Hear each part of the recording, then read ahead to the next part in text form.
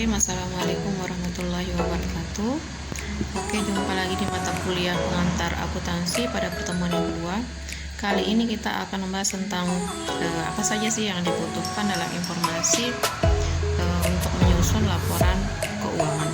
Oke, yang kemarin laporan keuangan itu ada 3. Yang pertama ada neraca, yang kedua laporan laba rugi, dan yang ketiga adalah laporan perubahan modal. Oke, yang pertama adalah likuiditas. Likuiditas ini merupakan kemampuan perusahaan untuk membayar hutang-hutang jangka pendeknya. Oke, jangka pendek ini terhitung dari 6 bulan sampai 1 tahun. Kemudian yang kedua adalah solvensi. Solvensi ini adalah kemampuan perusahaan untuk membayar hutang-hutang jangka pendek maupun jangka panjang. Jadi kedua-duanya ya, maupun jangka pendek maupun jangka panjang. Oke, likuiditas dan solvensi ini bisa dilihat dari laporan neraca. Kemudian yang kedua ada profitabilitas. Profitabilitas ini merupakan kemampuan perusahaan untuk menghasilkan laba.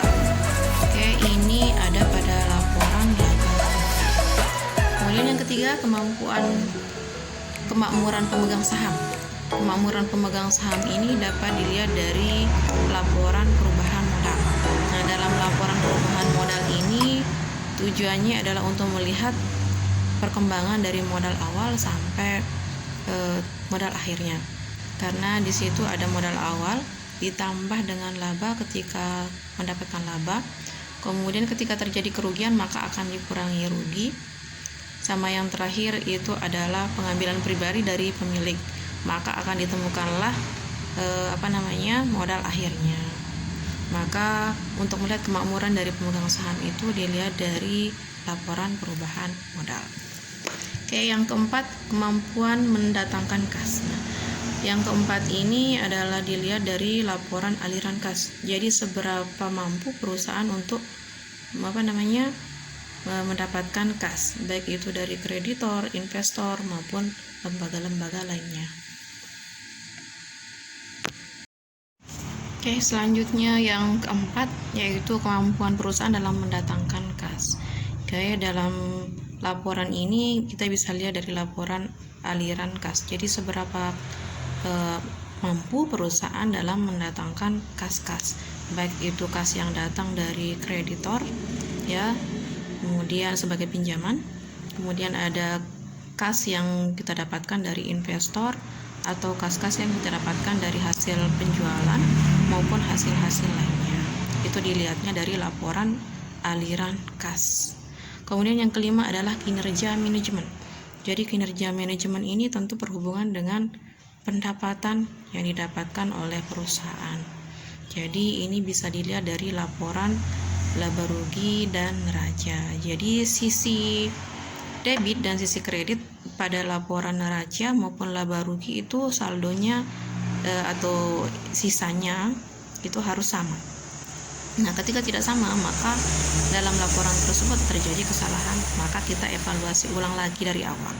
Di bagian mana yang salah dalam pelaporan kita, mulai dari penjurnalan, kemudian penyesuaian neraca setelah disesuaikan sampai pada laporan laba rugi dan neraca ini.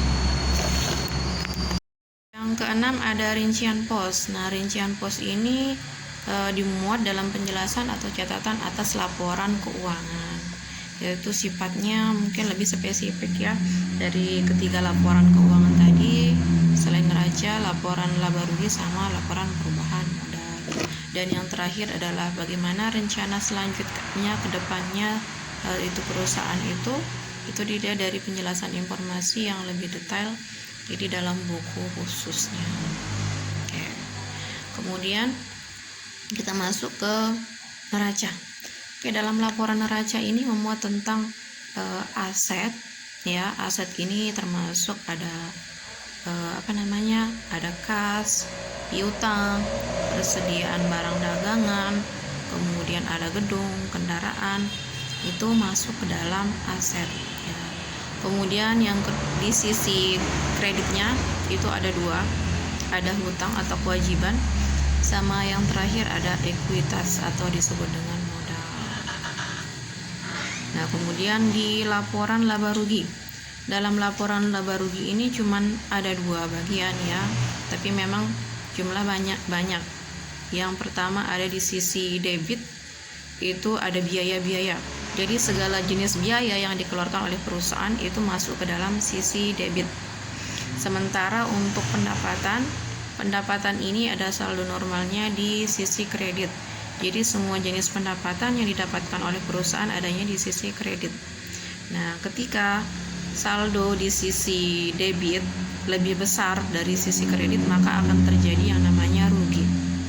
Jadi untuk mendapatkan laba, sisi kredit harus lebih besar atau sisi pendapatan. Kemudian yang terakhir ada laporan perubahan modal. Tadi sudah sempat saya singgung. Laporan perubahan modal ini adalah laporan yang menggambarkan modal awal dan modal akhir.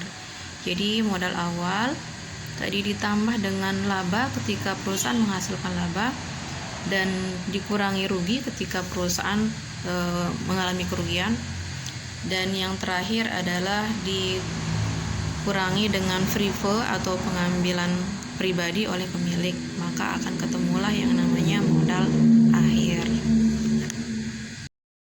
Kita masuk ke laporan keuangan. Yang pertama ada laporan neraca. Di dalam neraca ini memuat tentang aset, kemudian ada ekuitas sama utang. Yang pertama aset. Aset ini termasuk di dalamnya ada kas, kemudian ada piutang atau tagihan kepada pihak lain, kemudian ada persediaan barang dagangan, ada gedung, kemudian kendaraan, dan peralatan-peralatan lainnya. Itu masuk ke dalam sisi aset atau kas dan berada pada sisi debit. Kemudian di sisi kredit itu ada utang atau kewajiban ya, sama yang terakhir ada modal. Jadi dari sisi kredit ini ada 2 bagian, yaitu utang dan modal, baik itu utang jangka panjang, utang jangka pendek, maupun yang lainnya. Kemudian ada laporan laba rugi. Nah, dalam laporan laba rugi ini memuat tentang biaya-biaya atau beban-beban dari perusahaan dan pendapatan yang didapatkan. Oke, di sisi debit ini ada biaya-biaya yang dikeluarkan ya. Kemudian di sisi kredit itu ada pendapatan. Jadi bila mana perusahaan mendapatkan keuntungan, itu yang harus lebih besar ada pada sisi kredit atau pendapatan. Oke. Dan ketika biaya-biaya atau beban-beban di sisi debit lebih besar, maka perusahaan mengalami yang namanya kerugian. Kemudian yang terakhir ada laporan perubahan modal. Dalam laporan perubahan modal ini memuat tentang modal awal ya, dari pertama perusahaan membangun usaha itu ada modal awal. Kemudian ketika perusahaan mendapatkan laba, maka akan ditambah dengan labanya. Tetapi ketika perusahaan mengalami kerugian, maka akan dikurangi dengan kerugian. Sama yang terakhir dikurangi dengan free float atau pengambilan pribadi oleh pemilik.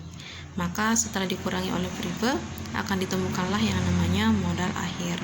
Nah, dari sini kita bisa melihat kinerja atau kemakmuran dari pemegang saham. Jadi perubahan dari modal awal ke modal akhir ya. Oke, untuk materi pengantar akuntansi pada pertemuan kedua ini kita cukupin sampai di sini. Kita lanjut minggu depan. Sekian dan terima kasih. Wassalamualaikum warahmatullahi wabarakatuh.